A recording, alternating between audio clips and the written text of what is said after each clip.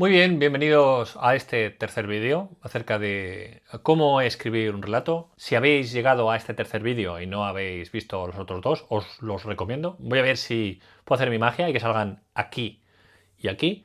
Y si no, pues los pondré en la descripción o podréis encontrarlos en una lista de reproducción. Escribir un cuento es algo que muchos de vosotros habéis querido hacer y lo habéis querido hacer bien, lo cual es muy loable por vuestra parte, porque para hacer las cosas mal, pues mejor no hacerlas, ¿verdad?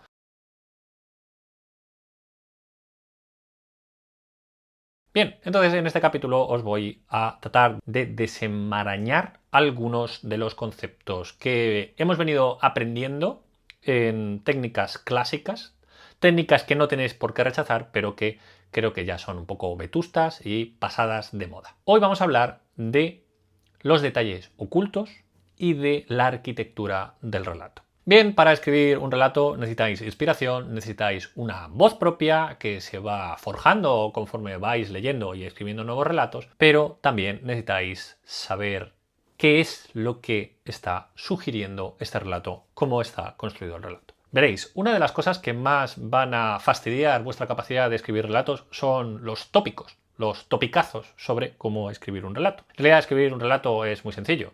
A alguien le pasa algo y hace algo al respecto. Tan sencillo como esto, eso es un relato. Hoy vengo a desmontar una de esas técnicas baratas que se han expresado de muy mala manera. Es esto de mostrar antes que decir. Si vais a cualquier vídeo de escritura creativa, vais a cualquier clase, vais incluso a mis propias clases, vais a encontrar que en alguna ocasión he dicho que es muy importante mostrar y no decir.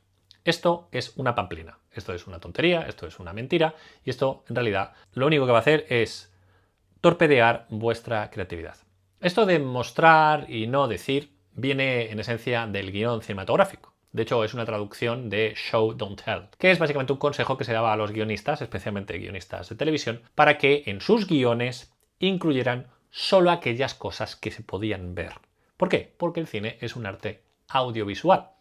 Y como arte audiovisual tiene muchísimas capacidades, pero no tiene las mismas capacidades o las mismas técnicas o recursos que la escritura. Os voy a poner un ejemplo. El fragmento que os voy a poner es de Edouard Louis, ¿Quién mató a mi padre? Es uno de los fragmentos del comienzo del libro. Más tarde, la mujer con la que vives me explicó que ya casi no podías caminar. También que necesitabas un aparato para respirar por las noches, que si no tu corazón se pararía, que ya no puede latir sin asistencia, sin ayuda de una máquina, que ya no quiere latir. Cuando te levantaste para ir al baño y volviste, lo vi, los 10 metros que recorriste te dejaron sin aliento. Tuviste que sentarte para recobrar la respiración. Te disculpaste. Las disculpas son algo nuevo en ti. Tendré que acostumbrarme. Me explicaste que sufrías una diabetes grave, además del colesterol alto, que podías tener un paro cardíaco en cualquier momento. Bien, como veis, la narración de Edouard Louis es muy de decir, tienes diabetes, te va a dar un paro cardíaco, es decir, es casi una lista de la compra. Y cualquier profesor demasiado celoso quizá le diría a Edouard Louis, que es un grandísimo escritor, esto tiene que mostrar y no decir. Vamos a suponer que Edouard Louis tuviera una cierta inseguridad en su escritura e hiciera caso a este mequetrefe. Entonces él escribiría ese fragmento, que es perfectamente válido y perfectamente bello, así. Más tarde, mientras tú dormitabas con la cabeza ladeada, ella me miró un segundo antes de hablar, como si pidiera permiso. No dijo mucho, pero lo suficiente. Señaló la máquina junto a la cama, el tubo que trepaba hasta tu nariz, la caja de medicamentos apilados en la mesilla. Cuando te levantaste para ir al baño, lo hiciste despacio, como si cada paso tuviera que negociarse con el cuerpo. Al volver, jadeabas.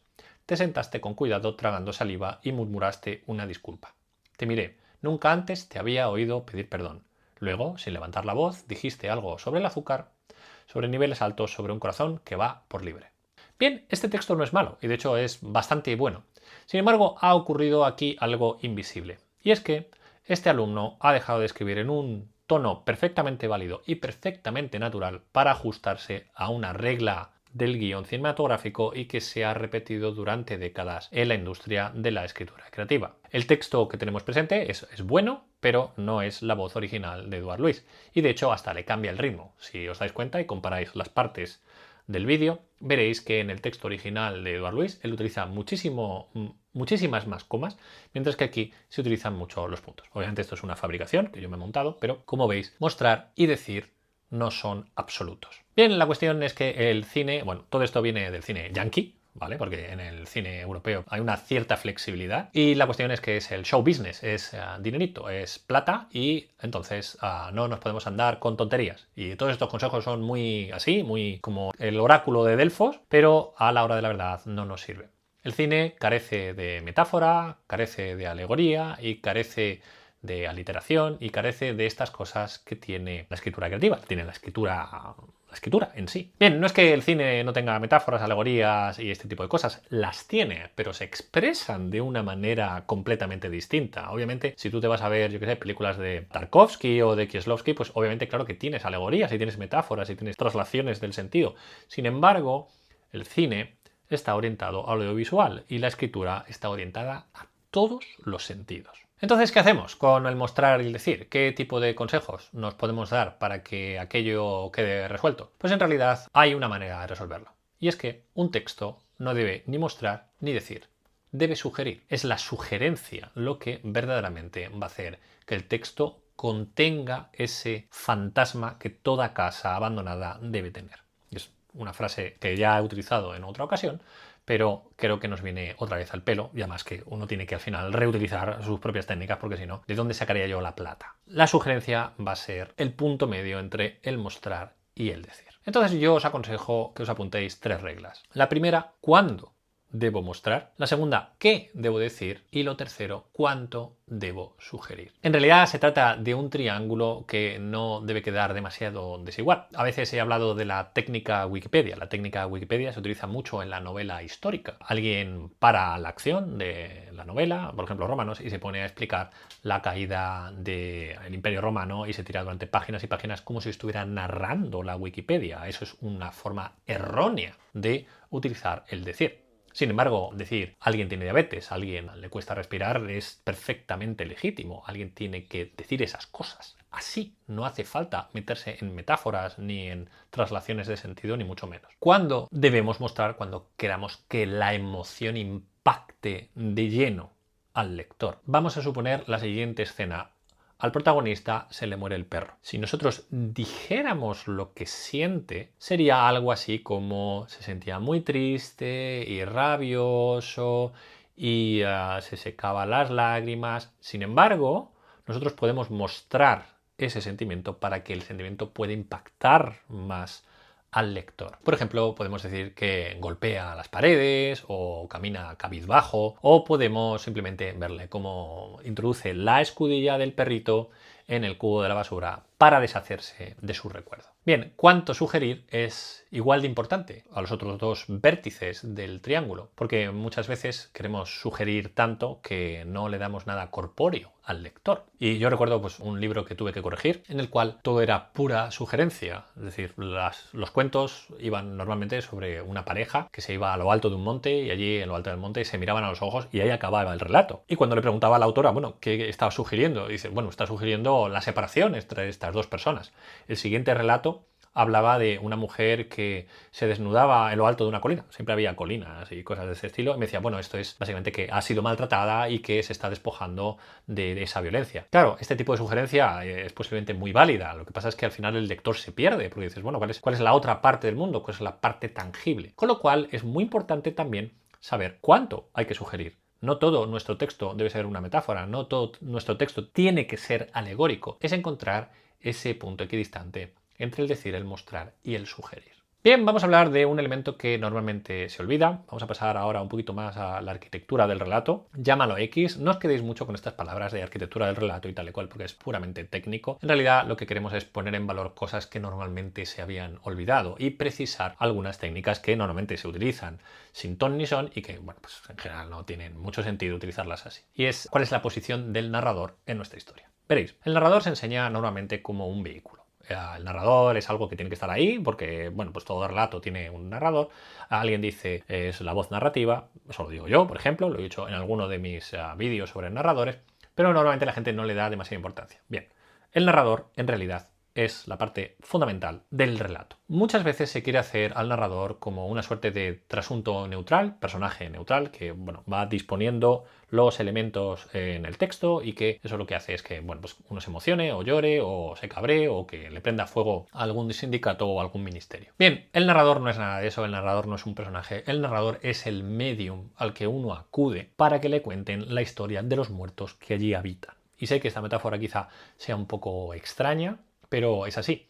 En realidad es una voz que viene de la ultratumba y organiza toda aquella historia para que uno entienda qué es lo que allí está sucediendo. Un medium, si habéis acudido alguna vez a un medium o a una bruja o lo que fuere, en realidad te cuenta una narración, te cuenta una historia. Es una historia que normalmente tú quieres escuchar, pero incluye todos los elementos para que a ti te emocionen. Imagínate ir a una vidente o a una bruja o a alguien, un chamán, y que le digas, quiero saber qué tal está mi abuela en el cielo o en el infierno, si se ha portado mal, y te diga, está bien.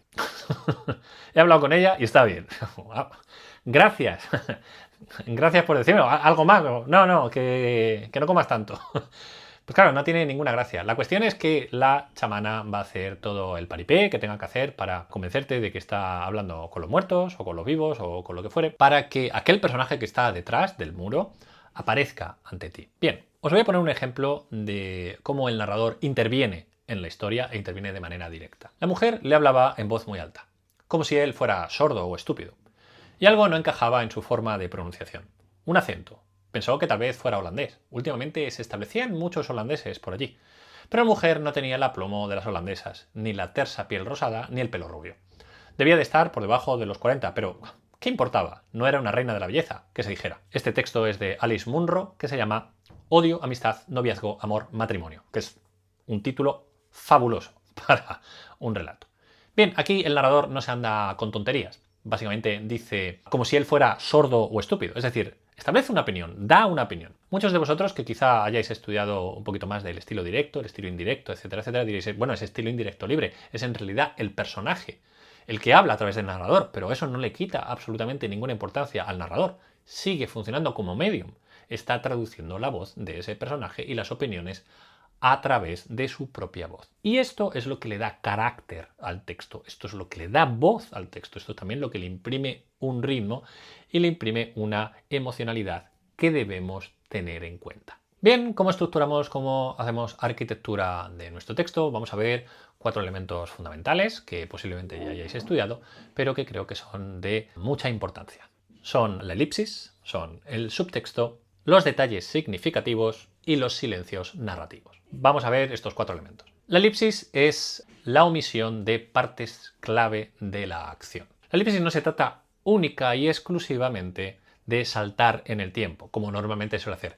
¿Qué es lo que pasa? Que la elipsis la entendemos normalmente desde el cine. Y en el cine lo único que puedes hacer es saltar el tiempo. Cortas una escena y en la siguiente ya están casados y comen perdices y tienen muchos churumbeles. En narrativa, puesto que usamos el lenguaje escrito, tenemos otras posibilidades. Nosotros podemos omitir otros elementos. Y omitimos esos elementos para que el lector los imagine. Y vuelvo a los primeros vídeos de este canal, donde lo importante aquí es el lector. Cuanto más imagine el lector, más se va a emocionar y mucho mejor va a ser nuestro cuento. Aquí os voy a poner un ejemplo que tiene ya más de 2000 años de antigüedad y es Antígona.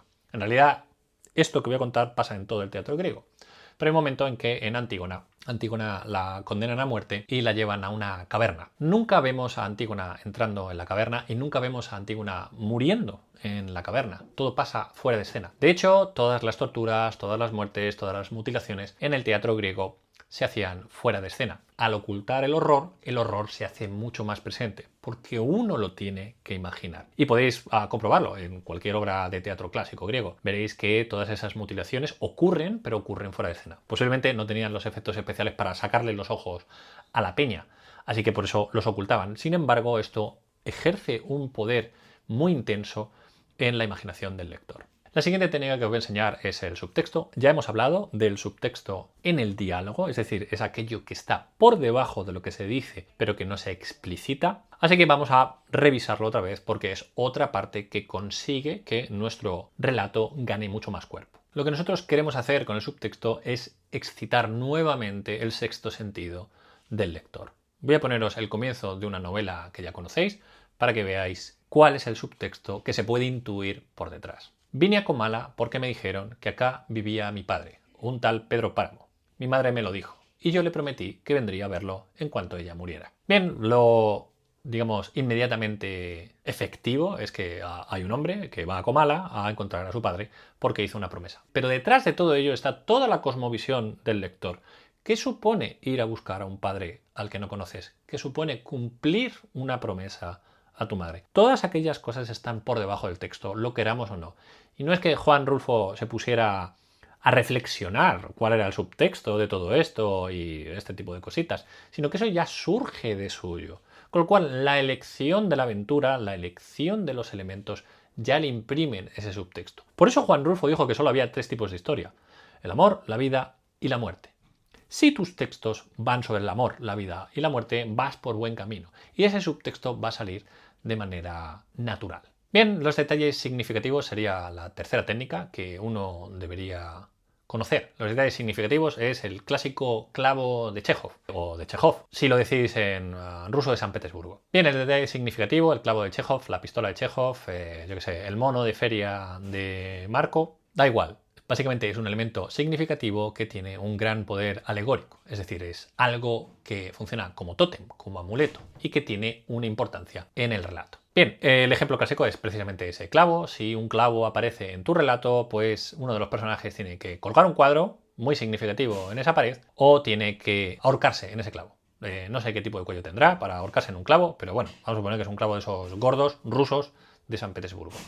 Bien, yo os recomiendo aquí una película que es perfectamente alegórica, que se llama El séptimo continente. Es de Michael Haneke. Hay muchas escenas muy controvertidas en esa película, pero hay una que a mí especialmente me produjo mucho impacto y creo que es una toma de 5, 6, puede que sean incluso 10 minutos, en los cuales una familia coge todos sus ahorros y los introduce en el váter y empieza a tirar de la cadena. Obviamente es un detalle muy significativo. No os quiero contar la película para no haceros spoiler, pero tiene muchísimo sentido con lo que se está dando a entender. Entonces, cuidad de estos detalles y sobre todo no los hagáis demasiado evidentes. Obviamente, si yo veo que alguien se enfunda la pistola en la primera parte del rato, yo sé que va a pegarle un tiro. Jugad al despiste, introducir elementos que quizá no tengan resolución. No hagáis vuestros relatos perfectos, hacedlos imperfectos. Así es como realmente vamos a despertar el interés en el lector. Bien, la última parte es el silencio narrativo. El silencio narrativo lo que implica es precisamente eso. Hay momentos en los que no hay que contar nada. Esto ocurre sobre todo cuando uno está haciendo escenas subidas de tono. Muchos autores, especialmente los autores hombres, suelen creer que una escena erótica debe contarse. Y en realidad las escenas eróticas suelen funcionar bastante mal, porque normalmente tienden a la genitalidad. El silencio narrativo consiste precisamente en esto. Aquí os voy a referir a otra película. Hoy estoy en plan cine. Os digo, no hagáis caso del cine y os recomiendo todo películas. Pero son películas buenas, no son películas chungas. Muy bien, la película que os voy a presentar es Viridiana, es de Luis Buñuel, en la que hay una escena final en la cual Paco Rabanne invita a 2 mujeres a jugar al tute. Bien, el silencio narrativo ahí es claro. En realidad no las está invitando a jugar al tute. ¿Por qué hicieron este silencio narrativo? ¿O por qué se oculta la información que hay detrás de aquí? Bueno, precisamente para escapar de la censura franquista. Si hubiera puesto una escena en la cual Paco Rabanne invita a las 2 mujeres a mantener un trío sexual, pues obviamente no hubiera sido estrenada, casi con toda seguridad. Hoy día casi habría que hacerlo para que la estrenen, pero bueno, han cambiado mucho los tiempos. Bien, con esto terminamos el tercer vídeo acerca de la arquitectura del relato y acerca de la sugerencia y 4 técnicas sobre, bueno, pues qué cosas hemos de tener en cuenta a la hora de escribir un cuento. Así que hoy os voy a proponer un ejercicio, no porque lo vaya a corregir yo, porque no tengo tiempo para corregiros a todos, me encantaría, sería ideal, fantástico, pero quizá para que lo penséis. Y es escribir una historia desde otro punto de vista. Y cuando digo desde otro punto de vista es escoged una historia histórica, vamos a decirlo, un evento histórico, por ejemplo, la escena del tanque de Tiananmen, y no lo contéis desde el conductor del tanque y no lo contéis del punto de vista del hombre que se agita delante del tanque y lo logra parar, sino contadlo desde el punto de vista de la hermana del conductor del tanque, o del jefe, del señor que no ha ido a currar para parar un tanque, o contadlo 50 años después, cuando están a punto de jubilarse y se encuentran en la residencia. De esta manera lo que vamos a asistir es a otro tipo de cuento. Vamos a contar algo que es importante, pero le vamos a dar una textura y una voz muy diferentes. De hecho, es algo que utiliza mucho Eric Bouchard en sus novelas, y es contar eventos históricos desde puntos de vista un tanto distintos, pero verídicos en cualquier caso. Muy bien, pues muchísimas gracias. Por favor, dejad vuestros comentarios, vuestros likes, suscribíos, comprad mis libros, porque eso me va a hacer muy feliz y va a hacer que pueda seguir publicando. Y nos vemos en el cuarto episodio de esta serie de vídeos sobre cómo escribir relatos. Un beso y nos vemos.